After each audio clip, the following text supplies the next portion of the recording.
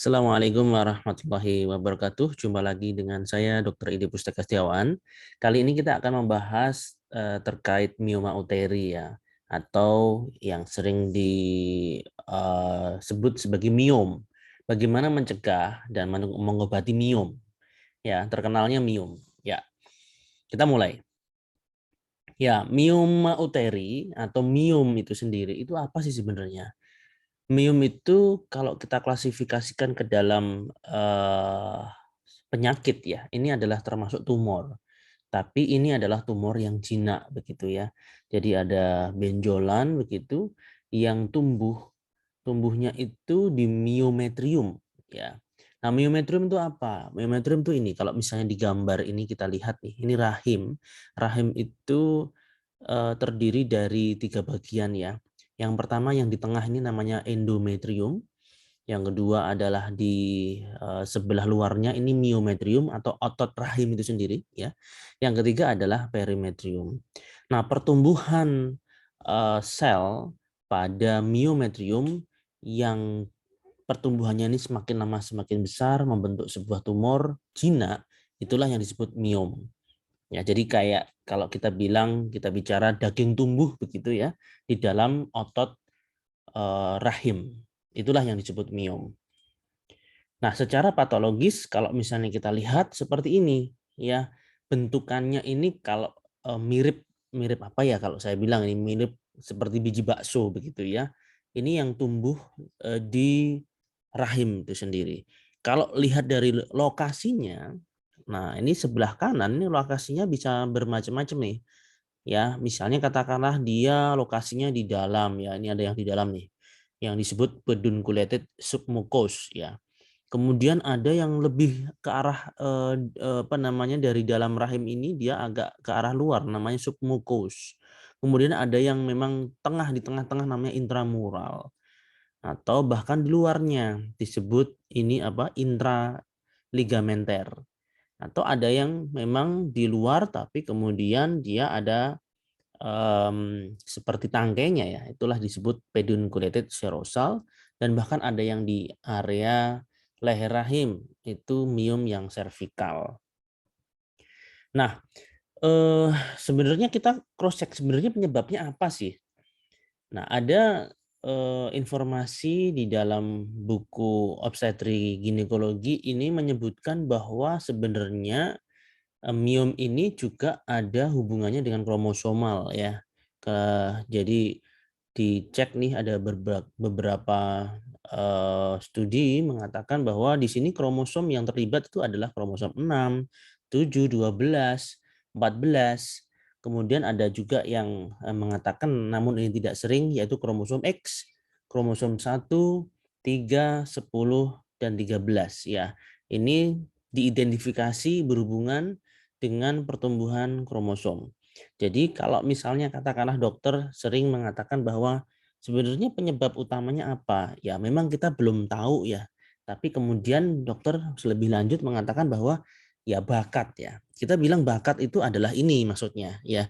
Jadi kalau misalnya katakanlah pembahasan pada kromosomal related symptom ya khususnya pada miom ini ya kita bilangnya ini bisa jadi karena memang sudah bakat antara satu orang dengan orang lain bisa berbeda begitu. Nah, kalau misalnya kita dicek ini ya, satu memang ada bakat, yang kedua tapi kemudian ada faktor risiko. Ya, ada faktor-faktor yang memang lebih cenderung orang itu berisiko terhadap miom itu ketika apa gitu ya. Nah, kita cek ini ternyata di buku-buku dikatakan bahwa miom ini berhubungan dengan adanya level of estrogen ya dan progesteron, khususnya yang estrogen itu sendiri. Dan ini merupakan satu faktor risiko nih kalau misalnya memang dalam tubuh pasien itu terdapat tinggi estrogen, maka dia berpotensi ya sudah ada bakat tadi, sudah ada istilahnya kelainan atau kromosomal tadi ya. Kemudian ada risiko-risiko seperti ini, maka dia berpotensi untuk tumbuh menjadi miom. Nomor satu adalah early menarche ya kita bilang ya. Jadi early menarche artinya adalah dia menstruasinya itu pada awal-awal ya. Jadi dia istilahnya lebih lebih awal, artinya dia sudah dalam tubuh pasien tersebut sudah ada estrogen ya, yang istilahnya estrogennya sudah terproduksi ketika dia sudah bisa menstruasi. Nah, ini adalah faktor risiko yang meningkatkan terjadinya miom salah satunya. Yang kedua adalah elevated BMI ya. Jadi orang-orang yang obes ya itu mempunyai faktor risiko meningkatkan risiko terjadinya miom. Kenapa kok bisa demikian? Karena pada orang-orang obes itu ada ini ya, istilahnya, penggantian ya, androgen ya, hormon androgen menjadi estrogen. Sehingga orang-orang yang obes ini estrogennya kan lebih berlebih ya, istilahnya lebih banyak begitu. Nah, ini yang akan berhubungan dengan, terjadinya atau tumbuhnya miom itu sendiri. Yang ketiga adalah affected family member. Jadi misalnya katakanlah ada orang tuanya yang memang kena miom, kemudian orang tua ini mempunyai anak wanita. Nah, ini juga berpotensi terjadinya miom ya. Karena apa? Karena ini faktor genetis ya. Karena hormon production-nya, karena metabolismenya mungkin sama. Seperti kayak tadi ya, adanya kromosomalnya yang mirip atau sama begitu ya. Nah, ini faktor-faktor genetis ini tidak bisa dipisahkan ya dari miom itu sendiri. Berikutnya adalah karena African American ras atau ras Afrika Amerika ini mempunyai risiko yang tinggi ya. Yaitu juga ini related pada genetik ya, apa namanya, kelainan pada genetis itu sendiri ya, artinya diturunkan itu sendiri. Berikutnya adalah faktor PCOS ya. Ini ada PCOS itu adalah polycystic ovary syndrome ya, di mana orang-orang yang memang menderita penyakit PCOS ini mempunyai potensi peningkatan terjadinya miom. Karena pada orang-orang yang PCOS ini terjadi unopposed estrogen secara sekunder sampai pada anovulasi ya, sehingga sebenarnya pada orang-orang PCOS ini estrogennya tinggi. Nah, ini artinya bisa kita simpulkan nih sekarang dari kesemua itu tadi yang mengindus adanya estrogen yang tinggi itulah yang akan menyebabkan potensi terjadinya miom. Nah, sekarang kita bahas faktor risiko yang sebaliknya. Postmenopause. Postmenopause ini adalah orang-orang yang memang sudah menopause. Kita tahu bahwa orang sudah menopause artinya dia sudah tidak ada sel telur lagi yang dihasilkan. Ya, otomatis tidak ada lagi estrogen yang dihasilkan di situ. Otomatis level dari estrogennya itu levelnya akan turun. Ya. Nah, sehingga terjadi kondisi yang namanya hipoestrogenism dan ini akan menurunkan terjadinya miom ya. Kemudian adalah increase parity. Jadi orang-orang yang berhasil hamil ya, artinya punya anak lebih dari satu itu lebih bagus ya untuk menurunkan potensi miom ya. Karena apa? Karena ini ada fase istirahat dari exposure estrogen ya. Kita tahu kalau misalnya pada orang-orang yang belum dikaruniai kehamilan ya, itu otomatis level of estrogennya kan akan terus-menerus ada begitu ya. Nah, sehingga nggak ada yang melawan nih gitu ya. Tapi pada kondisi-kondisi orang yang hamil, hamil sekali, 2 kali, 3 kali, otomatis itu juga ada istilahnya fase istirahat begitu ya. Fase istirahat dari mendapatkan paparan estrogen yang berlebihan. Nah, di sini juga terjadi uterine remodeling ya, karena masa kehamilan, terus kemudian rahimnya menjadi besar, terus kemudian apa namanya, selama pasca persalinan setelah besar itu jadi mengecil kembali ya, mengecil kembali periode postpartum, maka itu yang akan menurunkan ya. Jadi artinya ada break ya, ada istirahat itulah yang menurunkan terjadinya potensi miom. Lalu ada combined oral kontraseptif ya, ini COC ya, pil KB kombinasi. Ini juga bisa efeknya adalah menurunkan atau bahkan nilainya bisa nol nih ya. Karena apa? Karena ada exposure to estrogen opposed by progesteron. Jadi karena memang ada opposed dari progesteron ya, karena dari pil KB tersebut, maka dia potensi untuk terjadinya miom menjadi berkurang ya. Kemudian cigarette smoking. Nah, cigarette smoking ini ternyata dia ini bisa menurunkan terjadinya miom ya. Karena dia decrease serum estrogen level. Cuman memang di tempat ini kaitannya dengan miom, cigarette smoking ini bisa menurunkan potensi miom ya. Tapi bukan itu alasan utama. Terus kemudian akhirnya kita promosi untuk cigarette smoking. Karena di sisi lain, cigarette smoking ini mempunyai efek yang buruk ya, khususnya pada potensi kejadian kanker paru-paru ya. Jadi ada plus minus ya di antara cigarette smoking ini ya. Nah, kita lihat nih klasifikasinya. Tadi di depan saya singgung ada beberapa lokasi ya. Nah, beberapa lokasi. Tapi sebenarnya ini ada 3 utama ya lokasi. Yang pertama adalah submukosa, yang kedua adalah intramural, yang ketiga adalah subserosa. Ya, ada 3 itu. Nah, sekarang secara internasional sekarang sudah ada beberapa klasifikasi seperti ini dengan sistem penomoran ya. Nah, pada submukosal ini penomorannya adalah 0, 1, dan 2. Ya, disebut 0 mana? Disebut 0 adalah kita lihat nih. 0 yang digambar sebelah kiri itu 0 ya. Ini adalah dia mempunyai tangkai. Inilah yang disebut pedunculated intracavitary. Jadi katakanlah kalau misalnya kita mendiagnosis atau kita mengetahui bahwa miom ini tumbuh di dalam dan mempunyai tangkai, maka ini adalah klasifikasi nomor 0.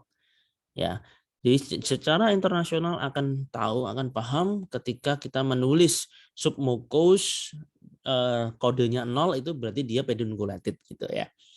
Kemudian klasifikasi yang kedua adalah nomor 1. Nomor 1 kita lihat nih gambarnya. Nomor 1 ini adalah definisinya, ini keterangannya ya. Ketika kurang dari 50% ini intramural. Ya, artinya nih kita lihat nih nomor 1 ini sudah mulai tertanam tapi kurang dari 50%. Ya, tertanam dalam otot rahim ya, tapi kurang dari 50%. Inilah yang disebut nomor 1. Ya, klasifikasi nomor 1. Kemudian di klasifikasi nomor 2, kita lihat nih, ini adalah gambarnya dia sepertinya tertanam lebih jauh ya, nomor 2 ya. Sehingga nih kita sebut ini 50% nih intramural ya. Ini klasifikasi nomor 2. Nah, yang lain ternyata ada klasifikasi yang lain namanya others. Others itu kalau nomor 3 ya, kita lihat nomor 3 ini masih di dalam intramural, 100% intramural tapi masih ada kontak dengan endometrium. Ya, masih ada nempel sedikit nih ya. Nah, nomor 4 inilah yang disebut intramural. Yang ini murni intramural ya, semuanya masuk ke dalam otot rahim. Nah, nomor 5 mana nomor 5? Nomor 5 ini dia. Ya, nomor 5 ini sudah ada yang bergerak keluar ya. Jadi ini disebut subserosal, sudah masuk ke dalam subserosal, lebih dari 50% intramural. Nomor 6 lebih keluar lagi, yaitu subserosal kurang dari 50% intramural. Nomor 7 ini pedunculated ya, subserosal pedunculated. Dan nomor 8 adalah other. Other ini adalah unspecified. Misalnya katakanlah dia lokasinya di cervical atau di parasitik atau intraligamenter seperti yang saya jelaskan pada awal-awal tadi ya. Lalu bagaimana kalau memang besar sekali ya? Contoh nih, hibrid leiomyoma. Ini adalah mempengaruhi both ya, keduanya ya, mempengaruhi endometrium dan serous ya. Jadi dua-duanya ini seperti apa? Ya, kita tinggal tuliskan bahwa klasifikasinya ini adalah 2 sampai 5 ini ya, seperti ini ya. Submucosal and subserosal masing-masing dengan less than half the diameter in the endometrial and peritoneal cavities respectively. Jadi kita tinggal menuliskan 2 hyphen atau strip gini ya sampai 5. Jadi kita sudah tahu secara internasional bahwa lokasi miomnya ada di sebelah mana ya di dalam gambar itu. Ya, sekarang kita beranjak kepada simptom ya. Gejala keluhannya seperti apa? Mayoritas itu asimptomatik, ya tidak ada gejala. Jadi apalagi kalau kita lihat nanti ukuran-ukuran yang kecil kayak gitu nggak ada gejala begitu ya. Tapi kemudian ada simptom juga yang bervariasi. Contohnya yang pertama adalah bleeding. Dia ada perdarahan di luar siklus mens ya, di luar siklus mens ya. Kita tahu bahwa menstruasi itu siklusnya harusnya 1 bulan 1 kali, 1 periode ya. Nah, pada miom ini bisa jadi dia bleedingnya itu di antara itu juga bisa, kemudian 1 kali bleeding itu jumlahnya juga bisa banyak sekali gitu ya. Kalau dulu disebut namanya metroragi gitu ya, atau menoragi gitu ya. Banyak sekali jumlah perdarahannya yang normally 80 ml per day, tapi ini bisa lebih dari itu. Nah, ini simptom yang pertama. Yang kedua adalah pain, nyeri ya. Tapi nyeri ini nggak selalu. Ya, ada satu kelainan lagi yang mirip dengan miom, namanya adenomiosis ya. Itu yang malah condong terhadap nyerinya.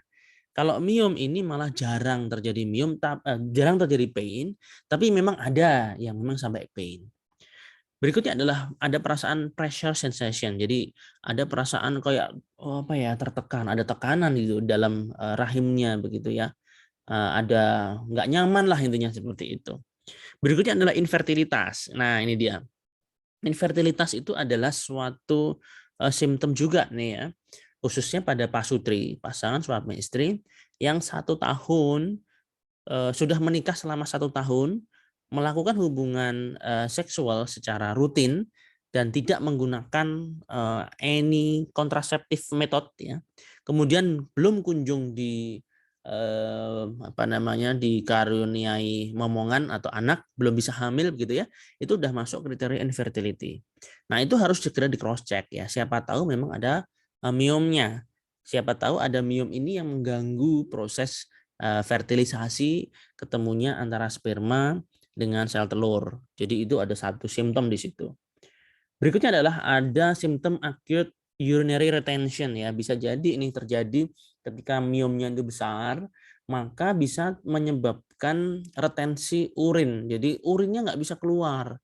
Ya, urinnya nggak bisa keluar. Jadi saking besarnya miom itu tumbuh, maka bisa jadi miom itu tumbuh intramural, tapi kemudian dia mendesak ke anterior ya, mendesak ke anterior dan mendesak uretra. Bisa jadi itu, mendesak uretra sehingga pasien ini tidak akan bisa mudah ketika dia mau buang air kecil ya, mau mixi itu susah sekali karena ada jebakan-jebakan atau terjebak oleh atau terdesak oleh besarnya miom ya. Kemudian bisa jadi terjadi DVT ya, deep vein thromboembolism ya, karena miom itu bisa mendesak pembuluh darah yang ada di inguinal sehingga kaki kanan dan kaki kiri dari pasien ini bisa bengkak begitu ya, bisa kemudian bisa terjadi DVT ya. Berikutnya bisa terjadi intraperitoneal hemorrhage, bisa bleeding ya, karena ada proses miom biar tambah besar, bisa terjadi hematom di situ, bisa terjadi bleeding juga ya intraperitoneal ya. Nah, terkait dengan bleeding ini adalah mekanisme bleeding pada miom itu seperti apa? Yang gambar sebelah A, sebelah kiri itu adalah gambar yang normal ya. Kemudian di zoom in ya, di zoom in-nya di sebelah B ini ya, itu ketika miom ya, ini gambar yang kanan ini ya, itu adalah miom ya, yang sebelah sebelah kanan bawah itu miom di zoom in jadinya seperti ini ya. Ini ada pertumbuhan miom dan dia menekan pembuluh darah. Yang terjadi ini dia, pembuluh darahnya yang harusnya nggak ada miom yang sebelah kiri ini, itu dia lancar ya alirannya. Kemudian yang sebelah kanan yang ada miom seperti ini, maka alirannya ini akan menjadi terbendung ya, terbendung. Bendungan-bendungan ini akan menyebabkan vasodilatasi atau pembuluh darahnya menjadi dilatasi maksimal dan sampai semaksimal mungkin. Kalau misalnya katakanlah dia nggak bisa menahan, maka terjadilah perdarahan begitu ya. Bisa terjadi perdarahan dan perdarahannya bisa banyak sekali begitu. Nah, inilah patomekanisme terjadinya bleeding pada miom ya. Nah, bagaimana kalau kita untuk mendiagnosis bahwa pasien ini menderita miom atau tidak? Yang pertama jelas anamnesis ya. Anamnesis ya. Ini kita cek ini keluhan-keluhan yang terkait dengan miom seperti apa. Seperti yang tadi saya jelaskan di depan, apakah ada bleeding, di luar apa namanya ada perdarahan di luar siklus mensnya, kemudian apakah ketika menstruasi kemudian perdarahannya banyak sekali, prongkol-prongkol ya, ataukah mungkin disertai dengan sakit ya, atau kemudian bahkan ada infertilitas yang di situ ya. Ada tidak istilahnya setelah 1 tahun menikah tapi ternyata kok belum kunjung hamil ya, mungkin ada miom. Jadi kita cross check secara anamnesis seperti itu. Yang kedua bisa kita cross check physical examination ya, dari pemeriksaan fisiknya apakah memang ada massa, apakah ada pembesaran di situ. Apakah ada pembesarannya apakah ada cuman 1 titik aja atau di lebih dari 1 titik yang bisa mengindikasikan itu adalah sebuah multiple mass ya, multiple mass ya. Atau kemudian ada pembesaran dari rahim ya. Rahimnya membesar. Itu bisa kita cross check juga dari pemeriksaan fisik. Berikutnya adalah imaging tentunya ya. Imaging dalam hal ini bisa kita lakukan ultrasonografi atau USG, baik itu TA itu transabdominal maupun transvaginal ya. TV itu transvaginal ya. Ini adalah contoh penggambaran USG dari transvaginal ya. Ini intramural leomioma ya. Intramural leomioma ini besar sekali ya. Kita lihat nih di sini rahimnya yang mana nih, rahim yang di sini ya, di sini rahim ya, bisa jadi rahimnya sampai sini ya, tapi tertutup gambarannya, tertutup gambaran oleh miom. Inilah miomnya. Miom di sini kita bisa deskripsikan bahwa dia massa seperti ya kalau saya tadi bilang bahwa penggambarannya kalau dioperasi tadi kayak bakso begitu ya. Itu karena memang dia keras ya memang mirip bakso begitu. Kemudian batasnya tegas ya. Batasnya tegas. Ketika dioperasi pun itu akan lebih mudah untuk diambil karena memang batasnya tegas. Ini yang membedakan juga dengan tadi adenomiosis ya. Selain rasa nyerinya, adenomiosis ini batasnya tidak tegas dan ketika kita cross check dengan ultrasonografi itu tidak sejelas kalau kita bicara dengan miom seperti ini ya. Kita ketemu miom. Nah, ini contoh lain yaitu submukus leomioma ya. Kita lihat nih, ini rahimnya mana? Rahimnya ini dia. Ini rahimnya besar sekali seperti ini ya. Kemudian miomnya yang mana? Ini yang miom. Ya, ini apa? Ini balon kateter karena ini sedang melakukan SIS ya. SIS itu apa? Saline infusion sonography, yaitu dia melakukan sonografi atau USG, tapi kemudian dia masukkan kateter untuk dimasukkan juga cairan di sana. Supaya apa? Supaya lebih jelas gambarannya itu, ini nampak nih lebih jelasnya ya, nampak cairannya itu masuk ke sini nih. Ya, sehingga di item-item ini cairan-cairan yang masuk dari kateter ini ya, dari kateter SIS-nya. Dan akhirnya penggambaran miom intramuralnya akan lebih jelas seperti ini. Ya, ini contohnya. Nah, manajemennya seperti apa kemudian? Kalau sudah ketemu, ditegakkan diagnosis bahwa oke, ibu ini menderita miom ya. Lalu obatnya apa? Satu observasi, tidak semuanya harus dioperasi ya. Nah, satu observasi bisa jadi ini miomnya tidak berkembang, enggak lebih lebar atau kemudian tidak menimbulkan gejala. Karena memang kita tahu majority untuk miom ini adalah asimptomatik ya, dia tidak bergejala.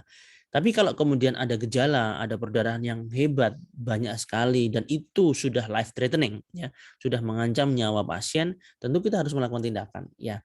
Apakah itu dengan medical treatment ataukah dia itu dengan invasif. Medical treatment ada banyak sekali, misalnya katakanlah NSAID ya, COC ya, combined oral contraceptive, kemudian di MPA, terus kemudian metode kontraseptif LNG IUS ya, intrauterine device atau IUD itu sendiri. Kemudian GnRH agonis ya. Atau kita bisa lakukan manajemen invasif misalnya dengan embolisasi atau bahkan operasi ya. Miomektomi, diambil miomnya atau bahkan sampai histrektomi ya, diambil satu rahimnya begitu. Ini adalah pemilihan indikasi dari medical treatment pada kasus mioma uteri ya. Yang pertama kita pilih kapan kita pilih NSAID adalah ketika dia bisa ini ya, ketika simptomnya ini dysmenorrhea atau misalnya sakit ya, nyeri gitu ya. Kemudian khusus pada nyeri maka kita pilihnya NSAID. Tapi kalau simptomnya ini dysmenorrhea kemudian menorragi banyak perdarahannya, menstruasi juga banyak, kita bisa pakai COC, combined oral contraceptive, atau kita bisa pakai DMPA. Ya, DMPA itu apa? Depot medroxyprogesterone acetat ya. Yang suntik gitu ya modelnya. Atau kita bisa pakai LNG-IUS ya, levonorgestrel releasing intrauterine system. Contohnya di sini adalah Mirena. Tapi kalau misalnya simptomnya itu banyak ya, contoh misalnya kayak gini ya, dysmenorrhea, ada menorragi, ada dispareni ada nyeri pada saat berhubungan gitu ya. Kemudian ada pelvic pressure, ada infertility, maka pilihannya adalah GnRH agonis ya. Ini bisa dipilih. Nah, ini adalah contoh terapi embolisasi ya. Dia contoh misalnya seperti ini. Ini ada diperbesar ya. Ini di zoom in, nampak gambaran uterus begitu. Terus kemudian ini dimasukkan obat embolan ya supaya ini terembolisasi. Artinya apa? Ketika ini terembolisasi, artinya diblok ya, diblok pembuluh darah yang menuju miom ya, harapannya maka pembuluh darah itu terblok dan miom tidak mendapatkan asupan pembuluh darah, maka akhirnya miomnya akan nggak berkembang dong, artinya miomnya akan mati ya, harapannya kan seperti itu. Cuman ini tidak mudah juga ya melakukan embolisasi ini ya, butuh tantangan. Nah, yang sering kita lakukan kalau misalnya dia butuh tindakan adalah miomektomi ya. Ini miomektomi, ini prosesnya yaitu ya kita bilang tadi di awal bahwa miom ini seperti biji bakso begitu ya. Jadi proses pengeluarannya dari rahim ini diinsisi atau dibelah seperti itu, kemudian kita keluarkan nih miomnya. Nah, miomnya ini berbatas tegas, ya, tadi bilang sudah berbatas tegas ya, sehingga lebih mudah untuk istilahnya disisiri begitu ya, diambil begitu pelan-pelan berbatas tegas. Cuman harus diingat adalah ketika miomnya ini sudah berhasil dikeluarkan, karena ini pembuluh darah juga banyak, ketika ada miom yang terjadi tadi seperti gambar banyak pembuluh darah yang terbendung di situ, maka ada potensi perdarahannya juga tinggi. Maka harus dipersiapkan betul untuk persiapan operasi ini ya, dicek betul apakah HB pre-operasi sebelum operasinya itu cukup apa tidak. Kalau HB pre-operasinya masih kurang ya, katakanlah misalnya masih anemia, misalnya H8, maka nggak berani ya, kita harus lakukan transfusi dulu untuk perbaikan kondisi pasien, baru kemudian kita lakukan operasi begitu. Nah, selain miomektomi, ini miomektomi itu ngambil satu miomnya saja ya, itu laparotomi, artinya di operasi besar. Kita bisa lakukan juga dengan laparoskopi, jadi operasi kecil nih, istilahnya masuk ke dalam sini satu laparoskop begitu ya, kita cek nih mana miomnya, maka kita lakukan operasi, tidak membuat sayatan perut yang terlalu lebar, tapi cukup tusukan di beberapa tempat ya, bisa 3 tempat minimal ya, minimal 3 tempat itu untuk melakukan operasi laparoskopi begitu ya. Nah, ini 2 hal yang bisa dilakukan untuk terapi definitif dari miom. Nah, terima kasih atas perhatiannya. Selain miom tadi ya, saya tambahkan, saya kira operasi yang bisa dilakukan adalah histerektomi juga ya, yaitu diambil satu keseluruhan rahimnya ya, sehingga gejala miom itu bisa tertangani. Saya kira itu yang bisa saya sampaikan pada kesempatan kali ini. Saya ucapkan terima kasih atas perhatiannya. Mohon maaf atas segala kekurangan. Jika ada pertanyaan silahkan tinggalkan di kolom komentar ya. Sekian, wassalamualaikum warahmatullahi wabarakatuh.